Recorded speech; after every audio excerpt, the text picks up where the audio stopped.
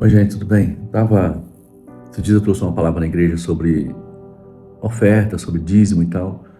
E citei um exemplo assim de dois filhos de Davi. De onde que veio a sabedoria e a graça que estava sobre Salomão? Porque Davi teve um filho chamado Absalão e diz que ele era um homem muito bonito. A Bíblia descreve como um homem, eu creio que a Bíblia fala que é o mais bonito que havia em todo Israel. Seu cabelo dava 2 quilos de cabelo por ano. E Absalão foi um homem imprudente, um homem insensato e não procurou Deus. E a Bíblia diz em 2 Samuel, capítulo 18, versículo 18, diz assim: ora, Absalão, quando ainda vivia, tinha tomado e levantado para si uma coluna no vale do rei, porque dizia: filho não tenho para conservar em memória do meu nome. E chamou aquela coluna do seu próprio nome, pelo que até o dia de hoje se chama coluna de Absalão. Olha só, quando Absalão de repente poderia ter uma experiência com Deus, buscar em Deus sabedoria, graça, de repente para ser herdeiro do trono de Israel, ele não fez nada durante a vida dele. Sabe o que ele fez? Foi uma coluna, um altar, uma coluna, para que fosse conservar a sua memória. Ele disse: que resultado que esse homem que entregou na vida dele? Qual foi o seu legado? Nenhum. Inclusive há uma lenda em Israel que muitos judeus levam os filhos na coluna de Absalão, e eles vão lá, levam os filhos naquela coluna, e os filhos começam a jogar pedra naquela coluna, dizendo: olha, aí está um homem insensato, olha o fim do homem insensato, só sobra para ele uma coluna. Nada de história, nada de escrito, nada de legado, e joga: olha o filho que não honra o pai, olha o filho que não honra a mãe, joga uma pedra naquela coluna. E aí, eu fui ler sobre Salomão. Salomão, que está em 1 Reis, no capítulo 3, diz assim: ora, Salomão amava ao Senhor.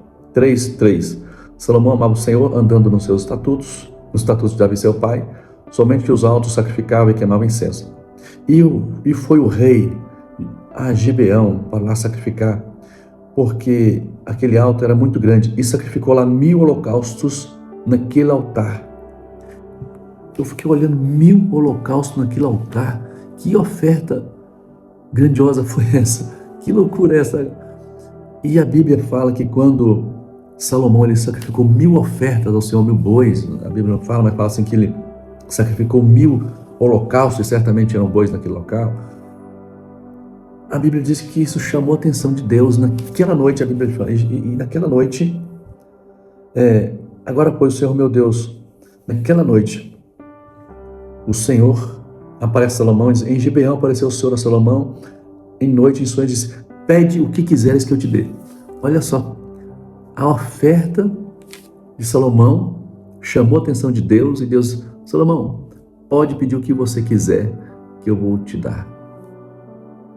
Por quê? Porque de alguma forma aquela oferta chamou a atenção para Deus vir, descer, dar um sonho a Salomão, perguntar: o que você quer? Pode pedir. Ele pediu sabedoria, talvez ele pediu outra coisa, talvez ele pediu 1 milhão na conta, talvez ele pediu, sei lá, uma vida abundante aqui nessa terra, não sei, mas teria que pensar sobre o assunto. Mas ele pediu sabedoria. E quando você começa a ler sobre sabedoria, você: uau, de fato. Eu estava falando sobre dízimo de oferta. Então, a oferta do homem deixa um legado, deixa uma história, sabia? No mundo espiritual e no mundo terreno, porque aquilo que é ligado nos céus é ligado na terra, aquilo que é ligado na terra é ligado nos céus. Você já pensou sobre isso, em ofertar alguma coisa só que chama a atenção dele? Talvez um jejum, talvez uma consagração, talvez eu vou fazer aqui tantos dias de madrugada.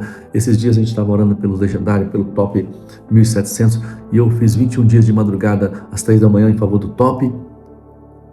Eu sei que de alguma forma Deus vai abençoar aqueles que subiram, os participantes. Você já pensou em oferecer algo a Deus diferente?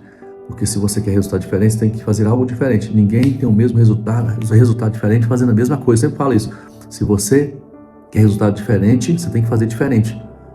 Não adianta você querer resultado diferente, fazer a mesma coisa, mesmo costume, mesma tradição, a mesma rotina, mesma forma, o mesmo tipo de oração, o mesmo tipo de leitura.